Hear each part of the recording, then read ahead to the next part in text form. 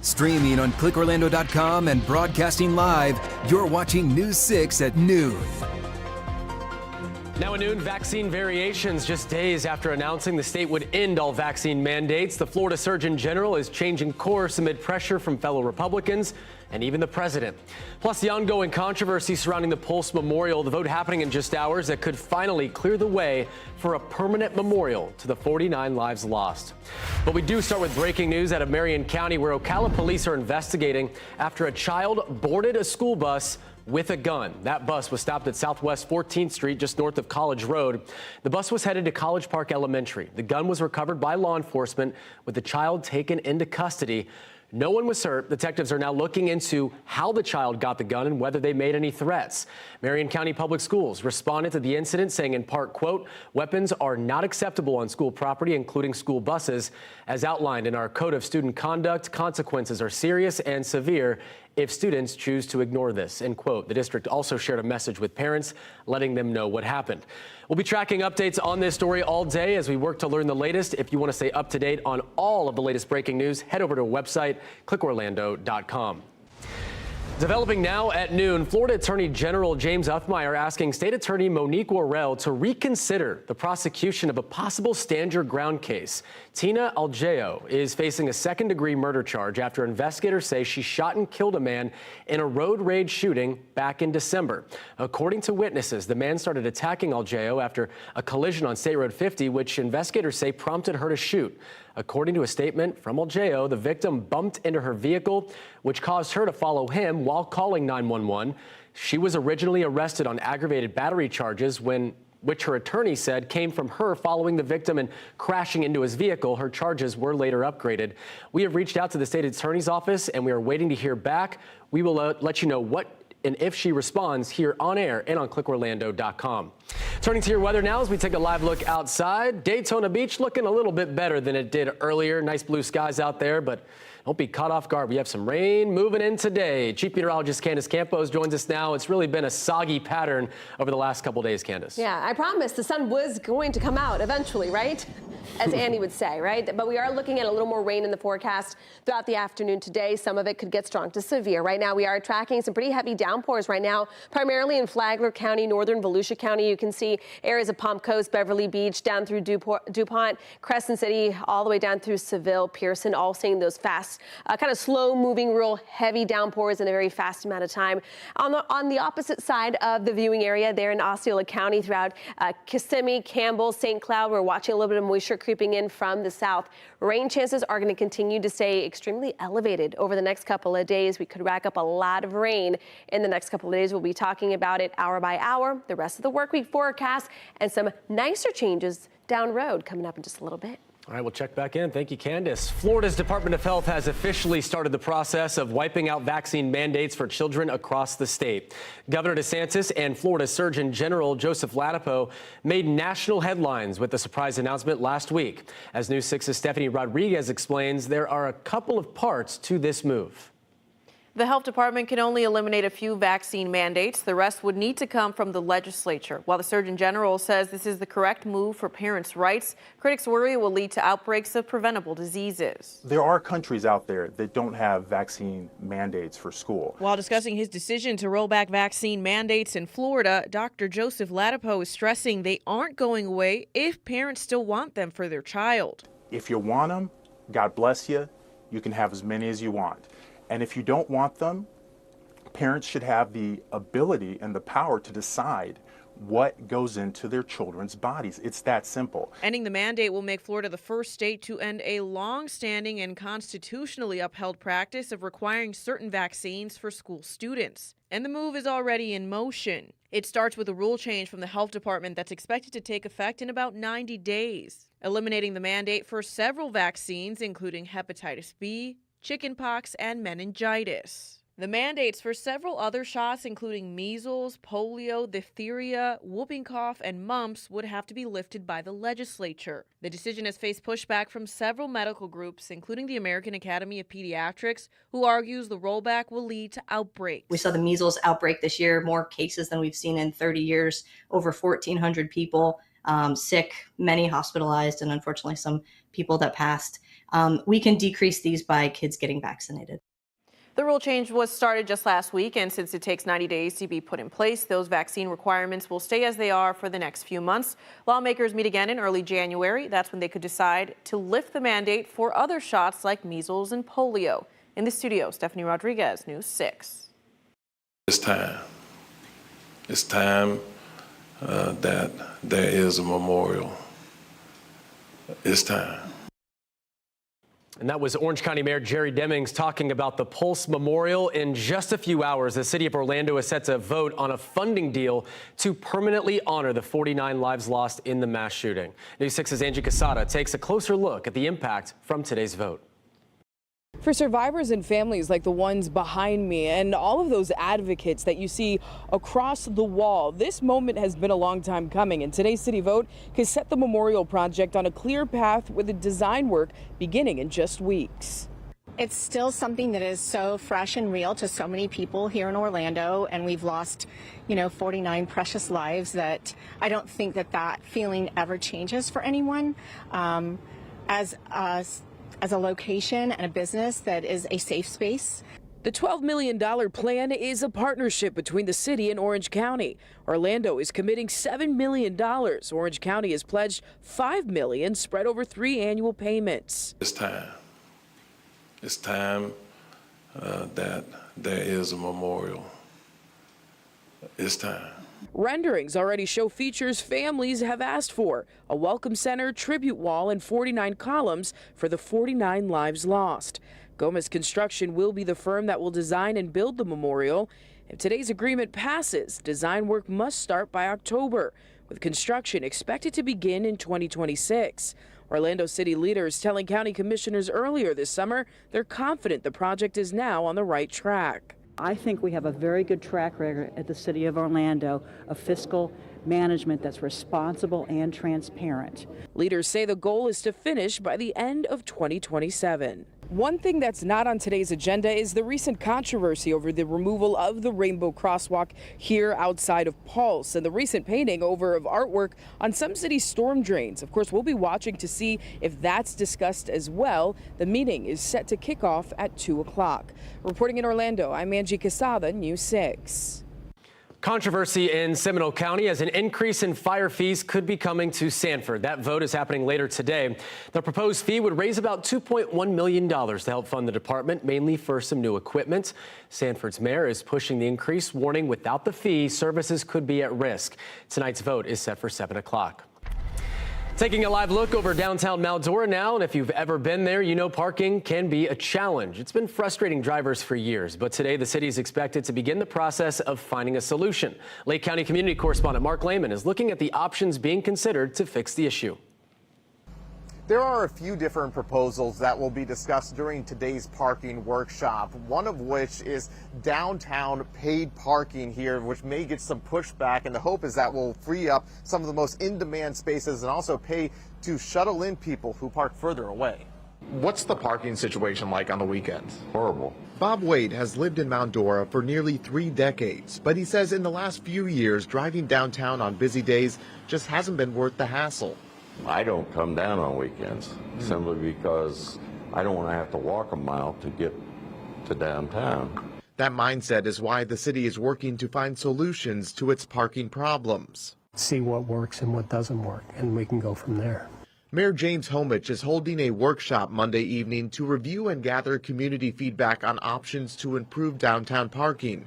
Among the proposals are reconfiguring spaces and converting 3 streets to one-way, so that we could put in additional parking and still expand the accessibility for the emergency vehicles and the cars.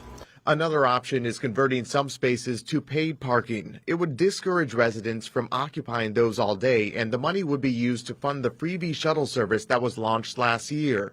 Homich says the options are limited because of Mount Dora's historic status, but everyone's goal remains the same. Try to alleviate some of the problems and make it more convenient for people visiting the downtown. Now, the mayor says the city is also working to raise awareness about what lots are available and offer free parking. All of this will be discussed during tonight's workshop, which gets underway at 6 p.m. at Mount Dora City Hall. I'm your Lake County community correspondent, Mark Lehman, News 6. It's heartwarming. You know, it's emotional knowing that we're creating something that people enjoy. A thriving business now leading to further expansion. Coming up, Emily McLeod sits down with the owner of Jeff's Bagel Run to find out his keys to success. Introducing the new $25 million Gold Rush Multiplier Scratch-Off from the Florida Lottery.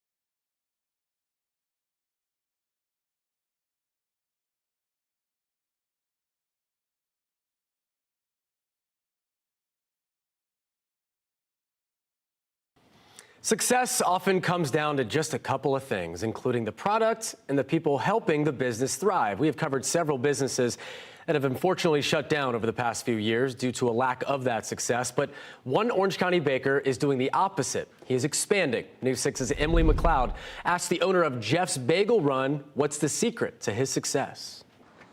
Central Florida's beloved bagel shop, Jeff's Bagel Run, just opened its 20th location here in Apopka. In fact, the company is already at 21 locations with even more on the way. So we wanted to come in and ask them, what's their recipe to success? And it turns out it's a few things, including consistency, the people, and the product. I'm a native New Yorker, so bagels runs in my blood, so. Okay, native New Yorker. So does Jeff's pass the test? Absolutely, it's very good. This location has only been open for a few weeks, but you would think it's been there for years with the number of people I saw leaving with bags and sometimes boxes of bagels. We just saw somebody come out with a box of bagels, not just one or two, a box of bagels. How does that make you feel? It's heartwarming. You know, it's emotional knowing that we're creating something that people enjoy. Jeff Pereira is the co-founder of Jeff's Bagel Run. He says their success comes down to a few things. Cinnamon sugar with strawberry cream cheese. The product. How are you this morning? And the people. You're gonna love us. We make a fresh baked product every day. Scratch dough, in-house, baking it hot, almost to order for you. And then our teams. I mean, our teams are the ones who every day come in, create community in the store, remember your name, remember your order, and I think that builds a ton of trust with the community and makes you want to come back. The Bagel Empire started in their kitchen, and now they have locations across the country. A recent survey by the Orlando Economic Partnership listed political uncertainty, economic uncertainty, and cost pressures as the top 3 challenges businesses were facing in Q2 of this year. So we asked, what's your advice to somebody who's an aspiring entrepreneur like yourself? I tell people this all the time. It's the same answer. Just keep going. Not giving up. And there's one other ingredient that the Jeff behind Jeff's Bagel Run recommends. It takes a little bit of an appetite for risk. Like, you have to be willing to put yourself out there. And right now, taking a risk tastes pretty good. In a Popka, Emily McLeod, News 6. Jeff's Bagel Run, always really tasty. Candace wants to get into the shot, Yes. but we are taking a live look. I actually want to get into the shot. I want to get into that the looks beach. beautiful out here. Daytona Beach, nice and sunny, It is. giving us a little break from the soggy weather that we really, all of us, experienced over the weekend. The Yeah. tropics also quiet, but elsewhere around Central Florida doesn't look like this. We have some rain popping up. In Flagler County, that's Yeah. where we're seeing kind of the bulk of the rain. And don't say the Q word when it comes to the tropics. You're going to get me in trouble. Oh, no. You know the rules. All right, let's talk about it because you know what? I have some good news when it comes to the tropics. I also have some good news for those who are maybe hoping for maybe more comfortable weather in the forecast. So I caught your attention. Let's talk about the not so great weather. Right now, we're dealing with some pretty strong storms currently at this hour. Areas in around Palm Coast, Crescent City, down through Bakers, down at New Run, Seville, all the way moving into kind of that Astor, kind of Pearson area. But the worst of the rain right now, we're racking up a lot of rain still in Palm Coast. And then on the flip side, all the way down in Osceola County, we're also watching some rain starting to bubble up there in Campbell. This is just the start of what will be a pretty active afternoon. And the culprit, it's another stationary front, just like one we had last week. This time, today, tomorrow, and into Wednesday, it's expected to stay more over Central Florida, where last week it stayed over South Florida. So this is going to be kind of our front for the next couple of days. So don't forget, you can always download the News 6 weather app, and you can kind of really pinpoint where the rain is, when it's coming, when the lightning's approaching, how far is it. All of that can be tailored to exactly the information that you want to know about. So, of course, search WKMG wherever you get your apps. All right, let's talk about the radar, the future radar, I should say. Clouds and rain, you can see scattered downpours will start up. But really by about 5, 6 o'clock, Jonathan Kegas will be on right here on News 6, of course, clickorlando.com, pinpointing some rock and thunderstorms that will have the potential of developing some strong to severe storms as we see the collision. It will be pretty messy on the radar between about 8 and as late as about 10 o'clock, as we will have that potential of some of those outflow boundaries kind of refiring up those showers and thunderstorms. So notice, even as late as News 6 at 11, we could still be dealing with some of those big time storms. So as you're going to bed, don't be surprised if the skies are all lit up with some lightning in the distance. And then you can see here Tuesday, same setup. East and west coast sea breeze starts up. Where they collide is where we will have those bright reds and purples, indicating that potential for those strong to severe storms. And that's going to be the setup at least until about Thursday. And then we'll start tapping into some drier air. So the main issues for today will be the lightning, the wind, possibly some flooding threat. We have Molly Reed out in Volusia County, and she is in some of the neighborhoods that dealt with a lot of rain yesterday. She'll be bringing us their story because we're going to see more rain on top of, unfortunately, what many of us have already seen. Now let's check on that hour-by-hour forecast for today.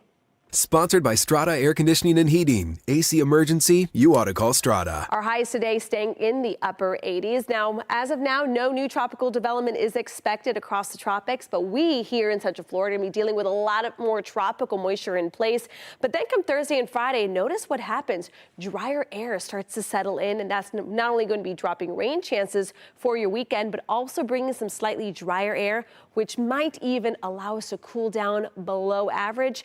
There is a little bit of model guidance that is showing that temperatures this weekend, we could be waking up into the upper 60s, low 70s, but feeling more on the comfortable side, Justin. So over the next couple days, check back in and make sure, keep an eye on those lows come this weekend. All right. I am invested. Thank you, Candace. Fans across the country wait all summer for its return, and the first week did not disappoint, unless you're a fan of the Miami Dolphins. Still ahead, highlights from week 1 of the NFL action, including a heart-pounding ending in Tampa Bay.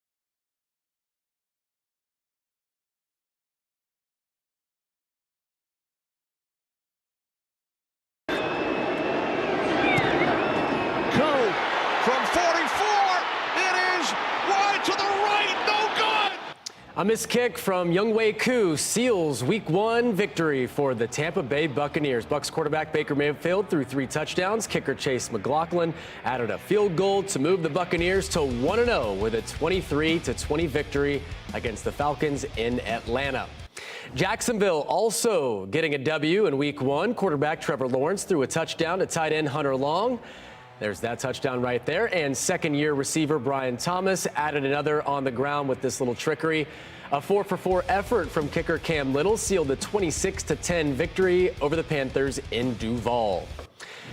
And then there were the Dolphins. Not a good day for the Dolphins. They got thumped on the road against the Indianapolis Colts. Not much going the way of Miami yesterday, but a late receiving touchdown from running back Devon Achane prevented a shutout. Dolphins lose in Indianapolis 33-8.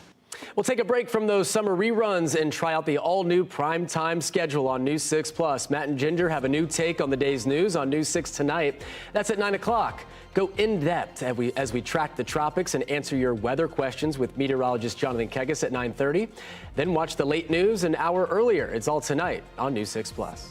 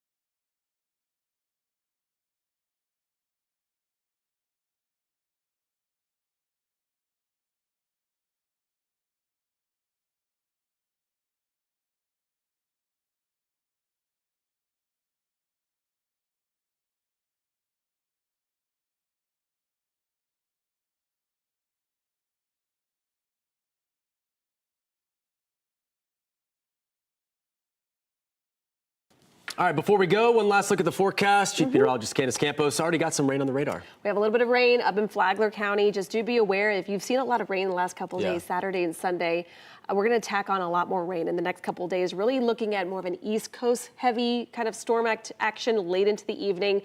Meteorologist Jonathan Kegas, he'll have his hands full this afternoon and into the evening with the radar. But the good news is we're looking at maybe some drier air tapping in by the weekend. I know it's at the end of the forecast, but something to to watch. We need Keep something. tabs on. I know. We Something need to look forward something, right? to, right? Yeah. Pop up the pumpkins. There you Love go. to see it. Thank you, Candace. Switch over to News 6 Plus streaming app or click Orlando.com to watch News 6 Extra. Hope you have a fantastic day. Take care. Not the.